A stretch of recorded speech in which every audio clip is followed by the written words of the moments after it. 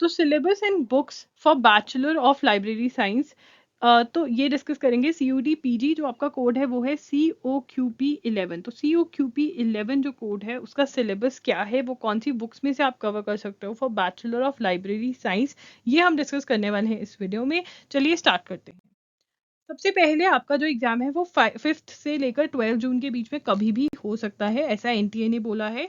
उसके बाद आपके एग्जाम के बारे में डिस्कस करते हैं। यहाँ पर आपका जो एग्जाम होगा वो 120 मिनट्स का होगा, 2 आवर्स का होगा, ठीक है। और CUD PG जो है वो ऑनलाइन मोड में कंडक्ट होता है, तो इसकी प्रैक्टिस करके जाना बहुत ज़्यादा ज़रूरी है। और अगर आप प्रैक्टिस करना चाहते हैं, COQP11 के हमारे पास मॉक टेस्ट अवेलेबल है, इसका डायरेक्ट लिंक डिस्क्रिप्शन बॉक्स में मिल जाएगा। क्योंकि ये एक जनरल टेस्ट है, तो ये लॉ के लिए भी है, ये BPEd के लिए भी है, जैसे बैचलर ऑफ लाइब्रेरी साइंसेस के लिए, वैसे ही बहुत सारे एग्जाम्स के लिए।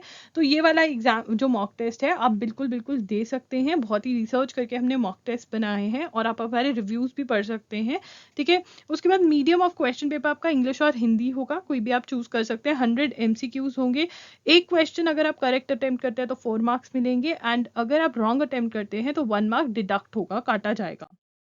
अब इसके अंदर अगर हम CUET PG 2022 ये वाला एग्जाम लास्ट ईयर हम एनालिसिस करते हैं कि लास्ट ईयर क्या आया था, तो मार्क्स डिस्ट्रीब्यूशन क्लियर कट तो इन्होंने दी नहीं हुई। इन्होंने तो बस बोल दिया कि 100 MCQs आएंगे और इन इन सेक्शंस के में से क्वेश्चंस आएंगे, इन इन सब्जेक्ट्स में से क्वेश्चंस आएंगे। बट अगर हम एनालिसिस करते हैं 2022 के CUET का, तो हमें पता चलता है कि इंग्लिश में से 27 आए थे, लॉजिकल में से 21, स्टैटिक में से 13 जो कि जिसको हम जनरल स्टडीज बोलते हैं, कंप्यूटर में से 9, करंट अफेयर्स में 6 और मैथ्स में से 20। तो डिस्कस करेंगे कि कैसे प्रिपेयर करना है।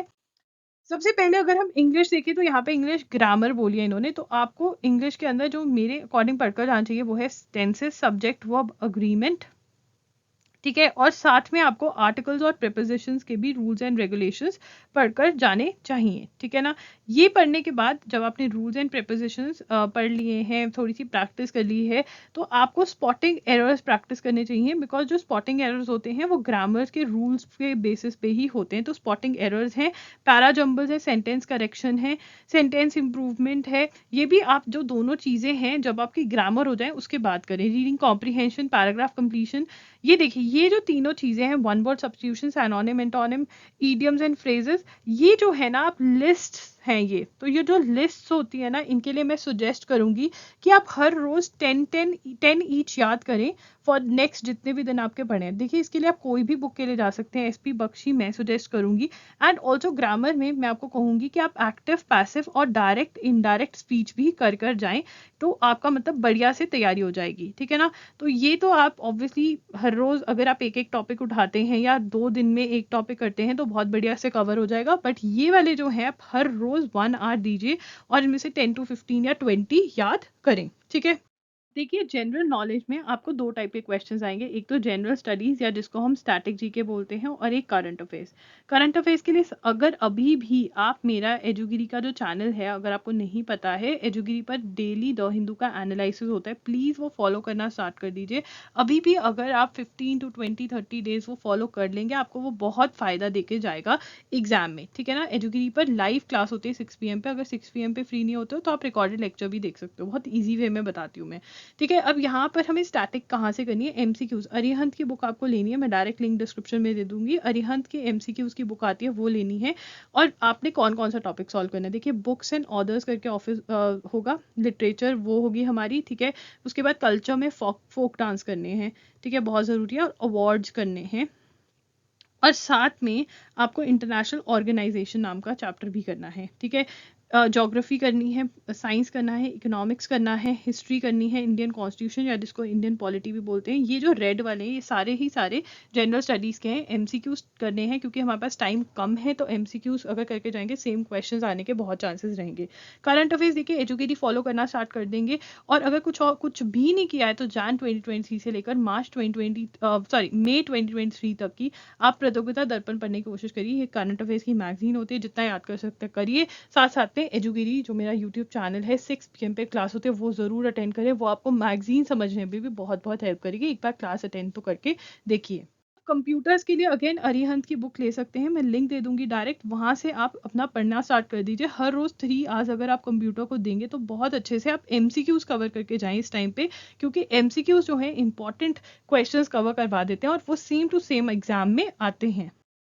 उसके बाद है आपका मैथ्स लॉजिकल रीजनिंग। तो मैथ्स के लिए यहाँ पर जो बुक मैं रेकमेंड करूंगी वो है 30 डेज वंडर बाय एस्टन। ये बहुत बहुत अच्छी बुक है, बहुत ही इजी बुक है। आई नो मैथ्स से बहुत बच्चों को डर लगता है, अगर आप ये बुक ले लेंगे तो आपको डर नहीं लगेगा। ये बुक ऐसी है, आप कुछ और नहीं तो जो इसके एग्जाम्पल्स है अगर वो भी सॉल्व करेंगे, लिख लिख के देखेंगे, सॉल्व करेंगे ना, तो आपको क्वेश्चन अटेम्प्ट करना आ जाएगा। सेम टाइप का क्वेश्चन आता है, बहुत आराम से आप एग्जाम में अटेम्प्ट कर पाएंगे।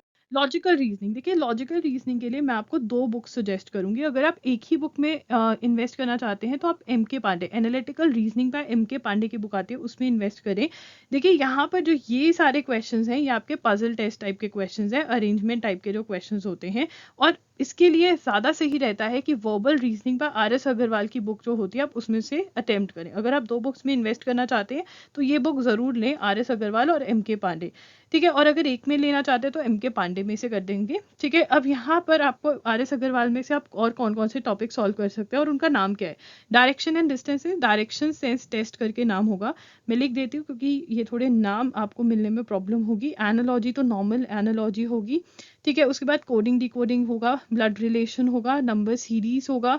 तो ये सारे आपके जो है नंबर रैंकिंग एंड सीक्वेंस करके एक टॉपिक होगा, वो भी आप सॉल्व कर सकते हैं आर एस अग्रवाल में से। ठीक है, और बाकी जो टॉपिक्स हैं आपके आर्ग्यूमेंट्स, कॉज एंड इफेक्ट, एक मिनट में कलर चेंज कर लूँ पेन का।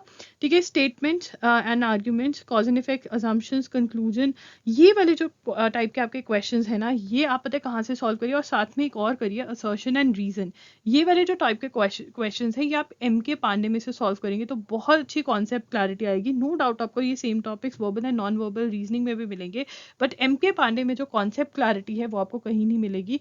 और आंसर सॉल्व करने का तरीका जो एम के पांडे ने बताया वो किसी बुक में नहीं है। अब सो गाइज, अगर आपको ये वीडियो हेल्पफुल लगी हो और अगर आपको क्या और हेल्प चाहिए, क्या आपको शेड्यूल चाहिए, क्या आप कुछ भी चाहिए, आपको करंट अफेयर्स में हेल्प चाहिए, कुछ भी चाहिए, आप कमेंट जरूर करना, मैं आपकी ज़रूर हेल्प करने की कोशिश करूंगी, वीडियो लेकर आऊंगी। एंड अगर आप हमारे मॉक टेस्ट खरीदना चाहते हैं तो जाइए www.loggery.in पर, वहाँ पे आपको मॉक टेस्ट मिलेंगे। COQP11 जो आपका कोड है उसी के आपको मॉक टेस्ट वहाँ पे अवेलेबल करवाए गए हैं, चाहिए चेक करिए। दैट्स इट, एजुगिरी signing off, I will see you super soon, bye and take care.